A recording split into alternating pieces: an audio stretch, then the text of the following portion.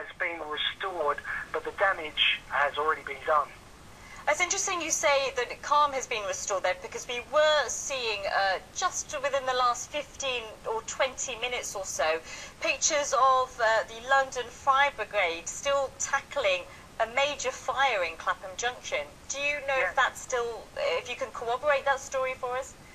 Yes, I'm on Wandsworth Road at the minute, not in view of the fire, but I was there when it did break out, and I tell you, it was a really dangerous situation because there were residents above the shop that was set on fire, and I myself, because there was no fire brigade and no police presence, I myself was knocking on the doors and notifying residents that they had to leave their building.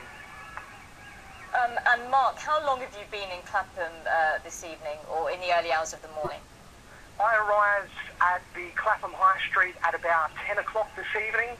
I was there for around about 45 to 50 minutes before I saw any sign of police presence, and it was utter chaos when I arrived, and I couldn't believe the devastation, millions of pounds worth of damage.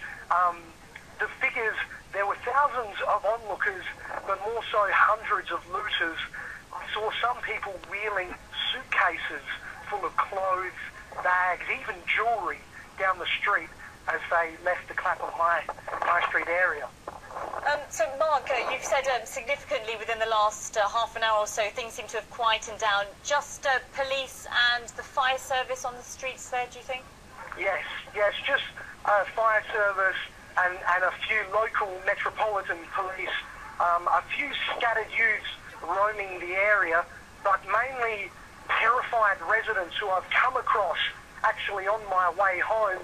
I've heard stories of people trying to protect their own business with their bare hands, and I'm actually with a gentleman now who fought off what he says 15 attackers by himself as they attempted to loot an electronics store on Wandsworth Road. Look, for people that are not familiar with the area of Clapham, just describe to us what kind of a place it is. Well, it's beautiful, especially in the summertime. Lots of families out enjoying the sun at the common. You have some elderly residents around here as well. It's quite multicultural, and usually during the week it's peaceful. There's a great vibe about the area, and for this kind of violence and devastation, it really leaves a black mark on the area. Mark, are you getting a sense that from what you saw over the last few hours in Clapham, that it was organised, the people that were gathering in groups there?